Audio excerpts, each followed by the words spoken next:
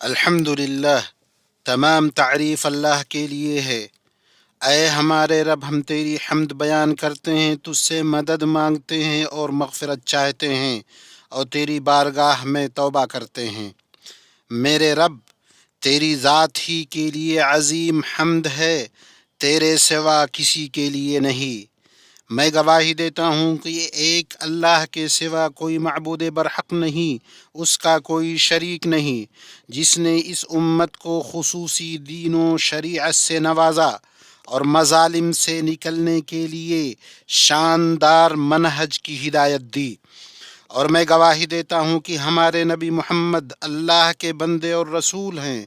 آپ ہدایت و نور کو یقینی حق کے طور پر لے کر آئے۔ میرے رب کا درود و سلام ہو آپ پر، آپ کے آل و اصحاب پر، تابعین پر اور ان لوگوں پر جو تا قیامت ان کی اچھی طرح پیروی کریں۔ اے بلند و بالا رب، معطر اور خوشبودار سلامتی نازل کر۔ اما بعد، اللہ کے بندو، اللہ کا تقوی اختیار کرو، اس کا شکر ادا کرو۔ اس نے تمہیں اسلام کی ہدایت دی جو فضائل اور عظیم خوبیوں کا دین ہے۔ سنو، مولا تعالی کے راستے پر چلو اور تقوی کے سوا کوئی رہبر نہ ڈھونڈو، اور دنیا کی طرف مائل نہ ہو۔ اپنے مولا پر بھروسہ کرو، اسے ہی کارساز بناؤ۔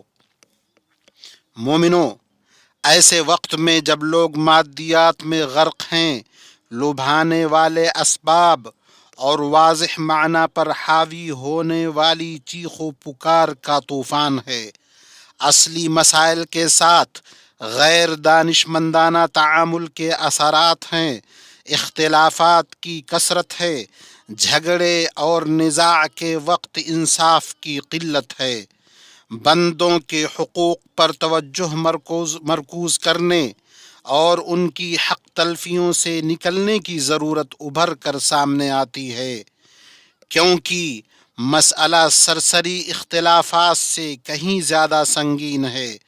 وہ مسئلہ ہے دینی شعور کی کمی، فکری کھوکھلاپن، سماجی بکھراؤ اور مقاصد و اقدار کا فقدان، جس سے وہ افراد پیدا ہوتے ہیں جن کو تعمیری کام میں مصروف ہونے کے بجائے صرف لغزشوں کے پیچھے پڑنے کی فکر ہوتی ہے۔ یہیں سے یہ ضرورت ظاہر ہوتی ہے کہ اس جامع وصیت کی یاد دہانی کرائی جائے جو اس کھوکھلے پن کا علاج اس کی جڑوں سے کرے، جو بلند اقدار کا اعتبار، توفیق یافتہ نمونہ کا اثر، واضح اہداف کی اہمیت، انسان کے توازن اور معاشرے کی استحکام کو واپس لائے، اور شرعی اصول بندی، نفسیاتی و سماجی تربیت کے ثمرات کا خیال کرے، تاکہ ہم شعور کے پیغام کو فروغ دے سکیں اور سماجی تربیت کے آثار کو راسخ کر سکیں۔ چنانچہ تم کسی پر ظلم کرنے میں جلدی نہ کرو، کیونکہ ظلم کا انجام بھیانک ہے۔ امام ماوردی رحمہ اللہ نے کہا، ظلم سے روکنے والا وسیلہ 4 چیزوں سے خالی نہیں: روکنے والی عقل، یا منع کرنے والا دین، یا باز رکھنے والا سلطان اور طاقت، یا منع کرنے والی عاجزی و بے بسی۔ اسی لیے کتاب و سنت میں ظلم اور ظالموں کی مذمت کرنے والی نصوص بکثرت آئی ہیں، کیونکہ یہ ہر شر کی جڑ ہے۔ ظلم تاریکیاں ہیں، اسی لیے زمین و آسمان کے رب نے اس سے ڈرایا۔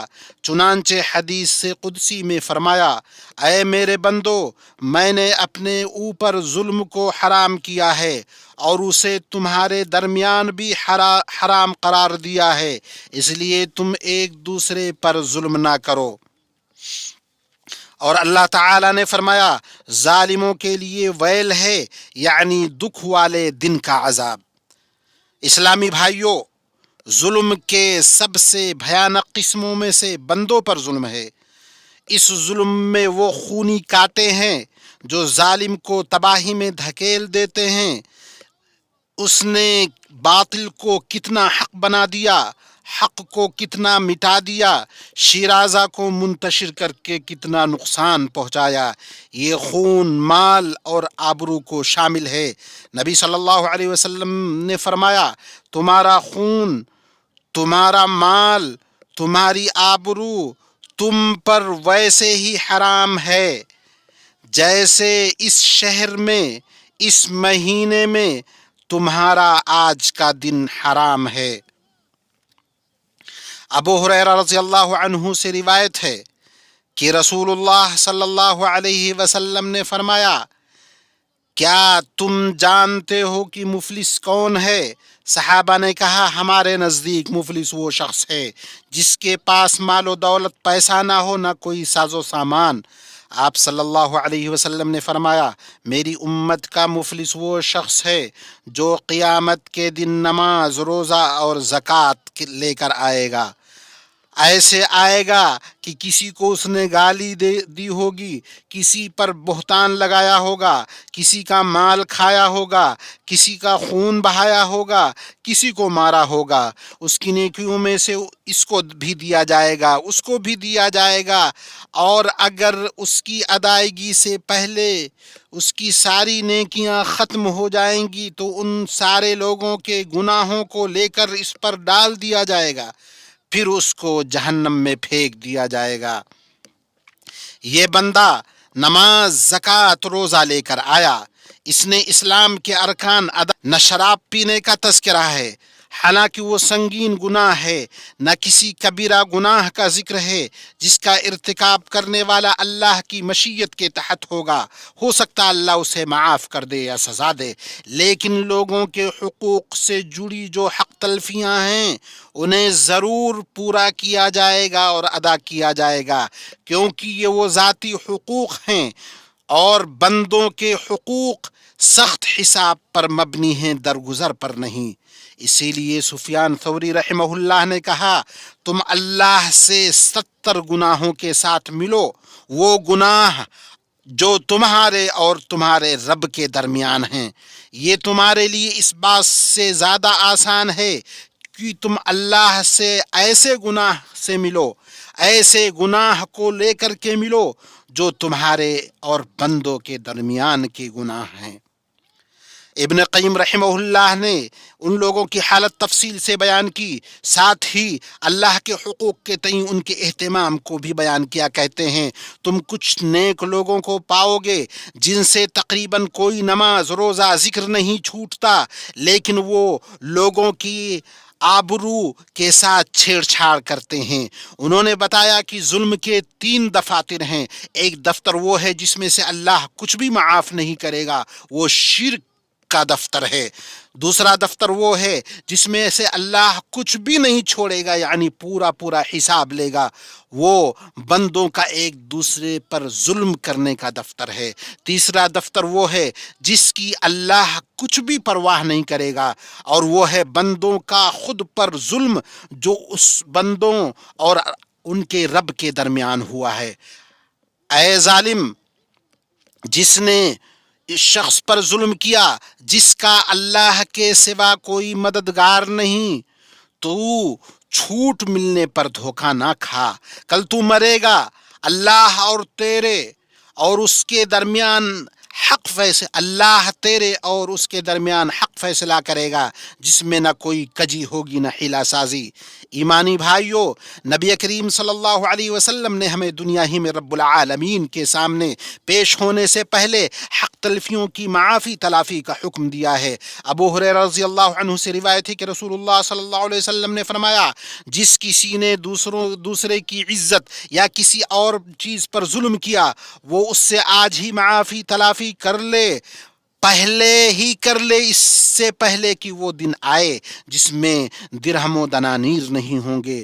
پھر اگر ظالم کا کوئی نیک عمل ہوگا تو اس کے ظلم کے بقدر اس سے لے لیا جائے گا، اور اگر اس کی نیکیاں نہ ہوئیں تو مظلوم کے گناہ ظالم کے کھاتے میں ڈال دیے جائیں گے۔ آپ صلی اللہ علیہ وسلم نے فرمایا، جس نے کسی مومن کے بارے میں کوئی ایسی بات کہی جو اس میں نہیں تھی، اللہ اسے جہنمیوں کی پیپ میں ڈالے گا، اور وہ اس میں اس وقت تک رہے گا جب تک وہ اس کا مستحق اس وقت تک رہے گا جب تک وہ اپنی بات سے باز نہ آ جائے۔ لہٰذا اللہ کے بندو، لوگوں کے حقوق پر دست درازی کرنے، انہیں تکلیف دینے سے مکمل بچو، اور جن لوگوں کی حق تلفی کی ہے ان سے معافی تلافی کر لو قبل اس کے کہ کوئی درہم و دینار نہ ہوگا۔ معاملہ یہ بہت خطرناک ہے، فیصلے کے دن فیصلہ کرنے والے کی طرف ہم سرگرداں ہیں، اللہ کے پاس سب جھگڑنے والے اکٹھا ہوں گے۔ نبی صلی اللہ علیہ وسلم نے فرمایا، اس شخص کے لیے رحمت کی دعا فرمائی، آپ کی دعا قبول ہوتی ہے، مسترد نہیں۔ آپ نے فرمایا، جو اپنے بھائی سے اس کے حق کے معاملے میں جلد بری الذمہ ہو جائے تاکہ قیامت کے دن اس سے اس کی نیکیاں لے لی نہ جائیں۔ ابو ہریرہ رضی اللہ عنہ سے روایت ہے کہ رسول اللہ صلی اللہ علیہ وسلم نے فرمایا، اللہ ایسے بندے پر رحم کرے جس کے پاس اس کے بھائی کا عزت یا مال کا کوئی بدلہ ہو، پھر وہ مرنے سے پہلے اس کے پاس آ کے دنیا ہی میں اس سے معافی تلافی کر لے، کیونکہ قیامت کے روز نہ تو اس کے پاس دینار ہوگا اور نہ ہی درہم۔ ظلم سے متنفر کرنے اور ظالموں کی سرزنش کے لیے یہی کافی ہے کہ ظلم قرآن کے اندر کفر کے مترادف کے طور پر آیا ہوا ہے۔ جن ظلموں نے ٹیکنالوجی کے دور میں اپنا سر اٹھایا ہے، جن کے سینگ نکل آئے ہیں، ان میں سے وہ ظلم ہے جسے بعض سوشل میڈیا پر عقلوں کے قزاق اور فکری دہشت گردی کے علم بردار پھیلا رہے ہیں۔ اسی طرح غیبت، چغل خوری، جھوٹ، بہتان تراشی میں بہہ جانا واضح ترین، سنگین ترین، منحوس ترین ظلم ہے۔ ایسا کرنے والے پر واجب ہے کہ اس سے چھٹکارا حاصل کرنے میں جلدی کرے قبل اس کے کہ وہ دن آئے جس دن کوئی درہم و دینار نہ ہوگا۔ اللہ کے بندو سنو، اللہ سے ڈرو، وقت نکلنے سے پہلے بندوں پر کیے گئے ظلم اور انہیں پہنچائی گئی تکلیف سے نکلنے کی کوشش کرو۔ اللہ نے فرمایا، جو لوگ مومن مردوں اور مومن عورتوں کو ایذا اور تکلیف دیتے ہیں بغیر کسی جرم کے جو ان سے سرزد ہوا ہو، وہ بڑے ہی بہتان اور صریح گناہ کا بوجھ اٹھاتے ہیں۔ اللہ میرے لیے اور آپ کے لیے آپ کے لیے دونوں وحیوں میں برکت دے، اور مجھے اور آپ کو سید الثقلین کے طریقے سے فائدہ پہنچائے۔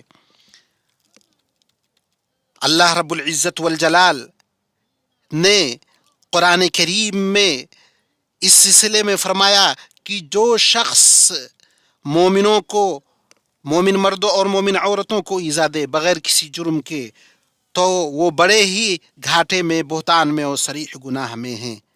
اب میں اپنی یہ بات کہہ رہا ہوں اور اللہ سے اپنے لیے، آپ کے لیے، تمام مسلمانوں کے لیے ہر گناہ کی مغفرت طلب کرتا ہوں۔ آپ اس سے مغفرت طلب کریں، اس کی بارگاہ میں توبہ کریں، بے شک وہ بڑا بردبار، بخشنے والا، مہربان ہے۔ تمام تعریف اللہ کے لیے ہے جس نے شریعت کو محکم اور واضح بنایا۔ اس نے ہماری امت کو دین و دنیا دونوں میں سعادت عطا فرمائی۔ میں گواہی دیتا ہوں کہ ایک اللہ کے سوا کوئی حقیقی معبود نہیں، اس کا کوئی شریک نہیں، اور میں گواہی دیتا ہوں کہ ہمارے نبی محمد اللہ کے بندے اور اس کے رسول ہیں۔ اللہ تعالی آپ پر درود و سلام اور برکتیں نازل فرمائے۔ آپ نفوس کا تزکیہ کرنے، ایمان کے ذریعے لوگوں کے دلوں کو زندہ کرنے والوں میں سب سے افضل ہیں۔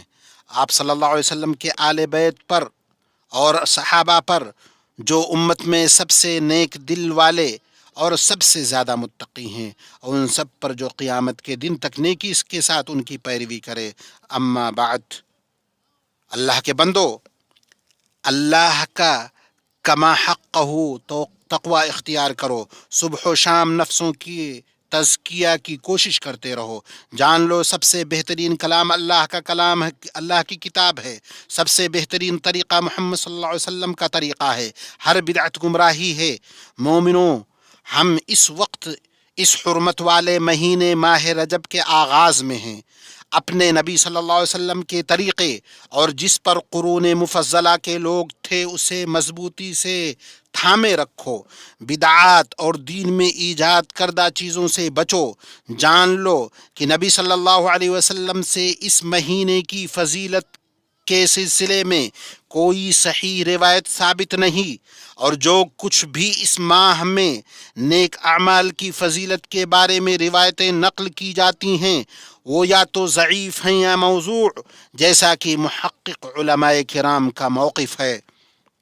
ایمانی بھائیوں، آج کے اس آخری زمانے میں ظلم عام ہے اور ہر طرف پھیلا ہوا ہے۔ وہ یہ کہ کچھ مظلوم قومیں جیسے فلسطینی عوام اور مسجد اقصیٰ کے اطراف کے لوگ اجتماعی ظلم میں جی رہے ہیں۔ وہ ظالم صہیونی دشمن کی طرف سے محاصرے، تباہی، بے گھری، قتل و غارت گری، نقل مکانی، جبری ہجرت اور ظلم و زیادتی کا سامنا کر رہے ہیں، خاص طور پر جب ان پر سخت سردیوں کا موسم آیا ہے، ان کو اس کی ٹھنڈک نے جکڑ رکھا ہے۔ ہم اللہ سے دعا کرتے ہیں کہ ہر جگہ مظلوموں سے ظلم دور کر دے، اپنی مہربانی اور رحمت کی گرمی ان پر نازل فرمائے، اور یہاں فلسطینی مسئلے اور اسلامی مقدسات کے تئیں ہمارے ملک عزیز سعودی عرب کی مستقل اور شاندار موقف کو سراہا جانا چاہیے۔ اللہ تعالی سعودی عرب اور مسلمانوں کے ممالک کو دنیا کے مشرق و مغرب میں ہر برائی اور نقصان سے محفوظ رکھے، دشمنوں کی سازشوں، ظالموں کی شرارتوں کو ناکام بنائے۔ بے شک وہ سننے والا، دعا قبول کرنے والا ہے۔